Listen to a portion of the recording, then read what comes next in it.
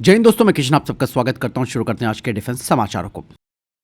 दोस्तों, Indian air force के लिए जो 114 रफाल फाइटर जेट खरीदे जाने हैं, उसके लिए रक्षा मंत्रालय इस हफ्ते हरी झंडी दे सकता है। डील की कीमत आप सब जानते हैं 3.25 लाख करोड़, और इस मंजूरी को फ्रांस के राष्ट्रपति इमैनुअल मैक्रों की भारत यात्रा के पहले दी जा सकती है। इस डील में दोस्तों मैंने आपको बताया कि 18 फाइटर जेट सीधे फ्लाईवे कंडीशन में भारत आएंगे। 96 रफाल फाइटर जेट भारत में बनाए जाएंगे। कुछ ट्विन सीटर होंगे तो कुछ ट्रेनिंग के लिए होंगे। राफेल को दोस्तों यहाँ पर भारत ने इसलिए भी चुना कि ऑपरेशन सिंदूर में इसने पाकिस्तान में कई सटीक हमले किए थे। लेकिन दोस्तों यहाँ पर 3.25 लाख करोड़, जैसे कि मैंने कहा, कि काफी बड़ी रकम है। और यहाँ पर सवाल ये आता है कि क्या भारत के पास राफेल के अलावा और कोई ऑप्शन नहीं था। इवन दोस्तों, मेक इन इंडिया में कितना फ्रांस टेक्नोलॉजी ट्रांसफर भारत को करेगा, ये बात काफी महत्वपूर्ण हो जाएगी। इवन दोस्तों, आप सबको मालूम है कि इसका इंजन और कोर टेक्नोलॉजी फ्रांस के हाथ में ही रहेगी। सवाल यह है कि क्या ये भारत के लिए आत्मनिर्भरता वाली बात है या फिर हमारी मजबूरी। हालांकि दोस्तों, इससे इंडियन एयरफोर्स की ताकत नो डाउट ऑब्वियसली बढ़ जाएगी।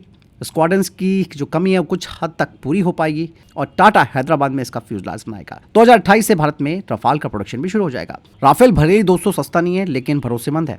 असली टेस्ट दोस्तों अब होगा कि कितनी, जैसे मैंने कहा, टेक्नोलॉजी मिलेगी, भारत के पास कितना कंट्रोल रहेगा, और फ्यूचर में हम फ्रांस पर निर्भरता कितनी कम कर पाएंगे। ताकत तो बढ़ेगी, ऑब्वियसली बात है, लेकिन सवाल तो ये बने ही है। लेट्स सी दोस्तों क्या फाइनल चीज सामने आती है। इस वक्त दोस्तों हमें पहले भारत का हित देखना जरूरी है, क्योंकि हमारे स्क्वाड्रंस दोस्तों बहुत नीचे जा चुकी हैं। फिलहाल इस बारे में आपको क्या लगता है, कमेंट सेक्शन में लिखकर जरूर बताइएगा।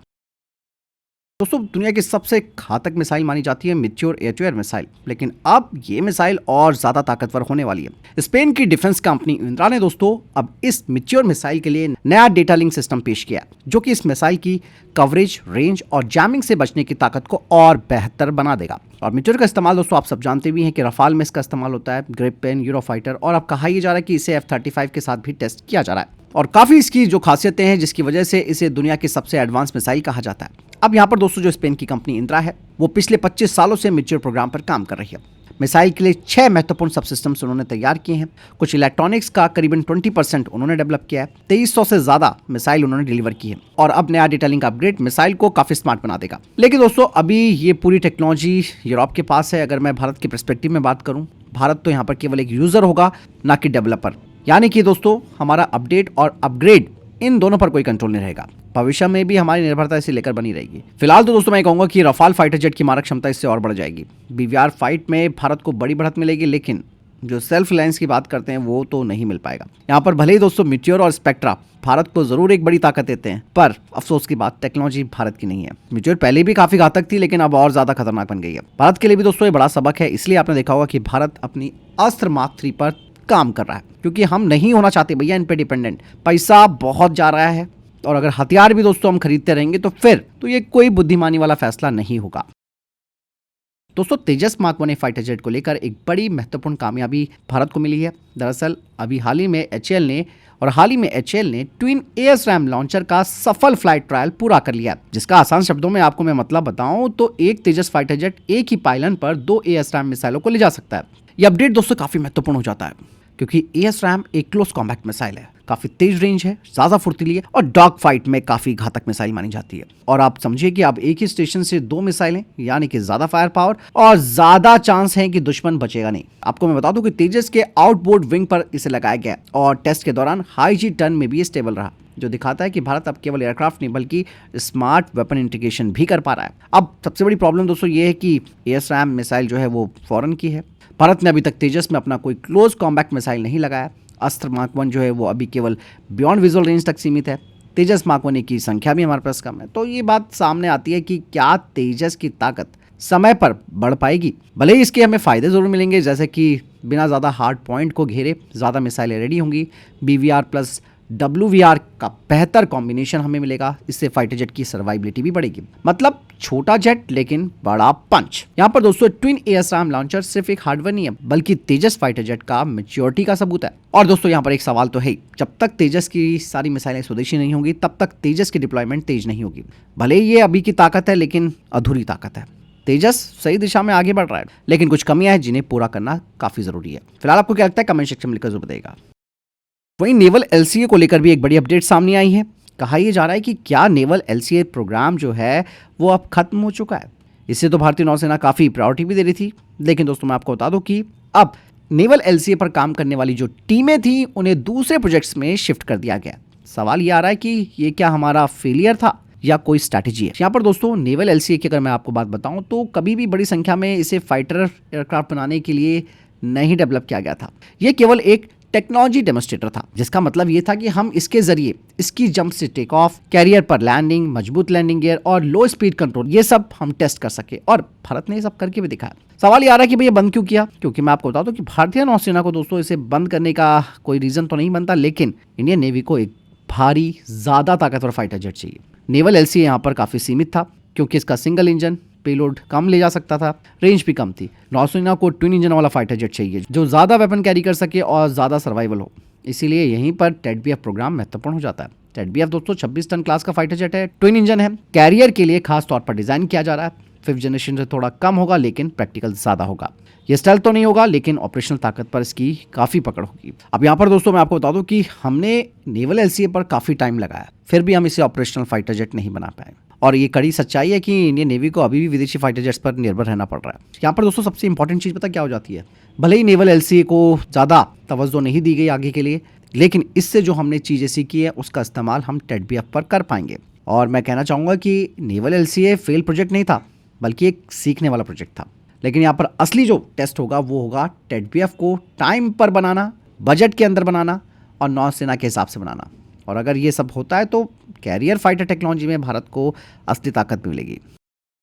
दोस्तों भारत ने ग्रीस के साथ अपने पार्टनरशिप को मजबूत कर दिया है और आप ये देखिएगा कि भारत और ग्रीस की साझेदारी तुर्की को एक बड़ा जवाब देने वाली है। और हाल ही में ग्रीस और भारत ने डिफेंस इंडस्ट्रियल कॉर्पोरेशन को लेकर एक जॉइंट डिक्लेरेशन साइन किया और ये फैसला तब हुआ जब भारत के रक्षा मंत्री राजनाथ सिंह और ग्रीस के रक्षा मंत्री राजनाथ सिंह ने दिल्ली में बैठक की। इस समझौते के तहत दोस्तों डिफेंस मैन्युफैक्चरिंग में दोनों देश सहयोग करेंगे। 5 साल का रोड मैप बनाया गया है। 2026 का मिलिट्री कॉपरेशन प्लान यहाँ पर तैयार किया गया है। इवन ग्रीस अपना military officer IFC IOR Gurugram भेजेगा। मैं आपको बता दूं कि ये जो IFC IOR गुरुग्राम में जो है ये सेंटर पहले से USA, UK और जापान जैसे देशों की ऑफिसरों को होस्ट करता है। यहाँ पर दोस्तों मैं आपको बता दूं कि ग्रीस और साइप्रस इन दोनों का तुर्की के साथ विवाद है। तुर्की पाकिस्तान के करीब है, ऑपरेशन सिंदूर में वो पाकिस्तान को हथियार दे चुका है। ऐसे में जब भारत को बैकडोर से सारी चीजें जब पता चली, तब भारत ने ग्रीस, साइप्रस और अर्मीनिया इन सब के साथ रिलेशन मजबूत करने शुरू कर दिए। मतलब यहाँ पर सब एक स्ट्रैटेजिक लाइन में आ रहे हैं। फिलहाल अभी तो कोई बड़ा हथियार सौदा तो नहीं हुआ, लेकिन आगे हो सकता है। ज्यादातर बातें दोस्तों स्ट्रेटेजिक हैं और यहाँ पर दोस्तों भारत को स्पेशली यूरोप के साथ डिफेंस टाई अप मजबूत करने चाहिए, ना कि हमें इनके साथ कोई पॉलिटिकल विवाद में पड़ना चाहिए।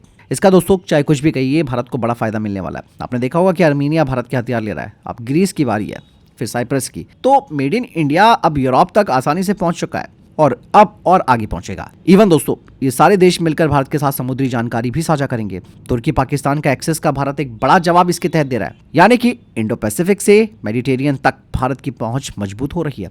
भारत का दोस्तों कुछ भी कहो, ये एक जियोपॉलिटिकल मूव भी है।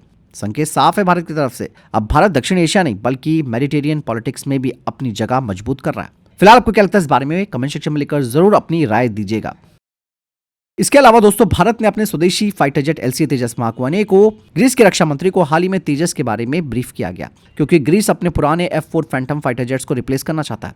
F4 फैंटम दोस्तों काफी पुराना लेकिन हैवी फाइटर जेट है, अब ये रिटायर होने वाला है। यहाँ पर मार्क 1A उनको एक काफी सहूलियत दे सकता है, क्योंकि इसमें आधुनिक ISRR, advance electronic warfare system और इसका खर्चा भी कम है, मेंटेनेंस भी कम होती है, तेज और फुर्तीला डिजाइन भी है। हालांकि दोस्तों यहाँ पर ग्रीस पहले से ही F-16, मिराज और F-35 जेट्स को उड़ाता है। ऐसे में तेजस एक सस्ता और एक भरोसेमंद ऑप्शन उनके लिए बन सकता है। लेकिन प्रॉब्लम दोस्तों ये है कि तेजस इस वक्त पहले तो हमें अपनी जरूरतें तो पूरी करनी है, उसी के बाद एक्सपोर्ट करेंगे। ग्रीस की प्रायोरिटी दोस्तों वैसे F-35 पर है, इसमें कोई डाउट नहीं होना चाहिए। हालांकि एक्सपर्ट्स ये मानते हैं कि तेजस फाइटर जेट अगर वो खरीदते भी हैं तो ये कोई सीधा रिप्लेसमेंट नहीं होगा। यहाँ पर तेजस ग्रीस के लिए एक low cost high number fighter jet बन सकता है और भारत के लिए दोस्तों ये एक बड़ा डिफेंस एक्सपोर्ट ब्रेक थ्रू भी हो सकता है। यहाँ पर दोस्तों अगर HAL डिलीवरी टाइम पर करता रहे तो हम एक्सपोर्ट के बारे में सोच सकते हैं। चलो ठीक है, बात करने में क्या जा रहा है, फिर भी दोस्तों भारत इंटरनेशनल लेवल पर तेजस को प्रदर्शित करता रहेगा।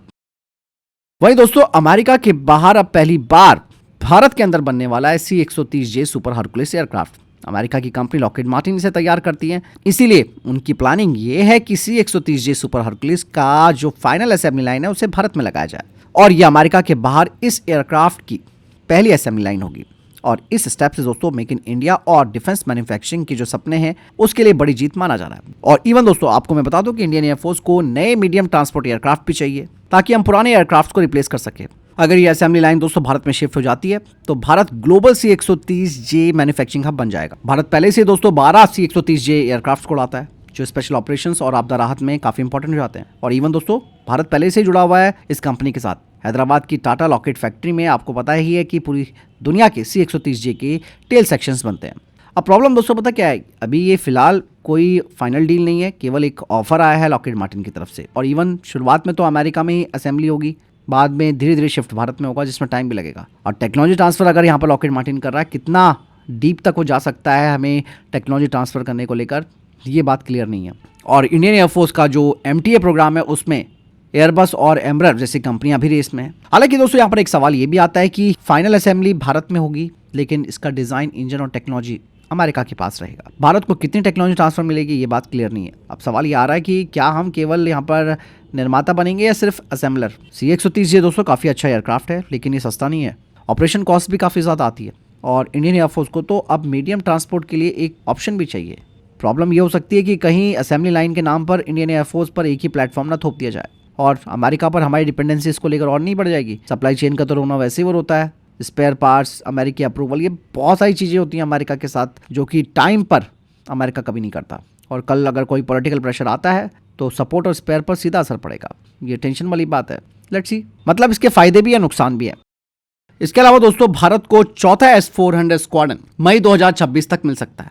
ऑप्शन 2 में S-400 ने दोस्तों अपनी ताकत दुनिया को दिखाई थी, जिसने कि पाकिस्तान के अवाक्स एयरक्राफ्ट को 312 किलोमीटर दूर खत्म कर दिया था। और आगे हो सकता है कि Bharat S-400 air defence system की स्क्वाड्रन्स की संख्या बढ़ा सकता है।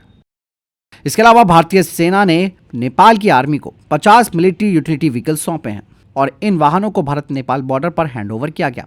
भारतीय सेना की तरफ से कहा गया है कि यह स्टेप नेपाल की सेना की क्षमताओं को बढ़ाने के लिए उठाया गया। इवन भारतीय सेना ने सोशल मीडिया पर तस्वीरें साझा करते हुए कहा कि भारत हमेशा की तरह नेपाल के साथ खड़ा है। क्योंकि दोस्तों यहाँ पर एक चीज आप देखिए, नेपाल में चाइना का प्रभुत्व लगातार बढ़ता जा रहा है। ऐसे में भारत भी यहाँ पर एक मैसेज देना चाहता है कि वो अब भी नेपाल का सबसे भरोसेमंद डिफेंस पार्टनर है।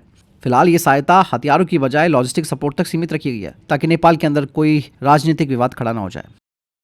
तो फिलहाल अभी तक टॉप डिफेंस अपडेट। वीडियो के सामने कोई प्रश्न जवाब आपको सवाल कमेंट सेक्शन में लिखकर जरूर पूछेगा। वीडियो को लाइक और शेयर जरूर कीजिएगा। जय हिंद, वंदे मातरम।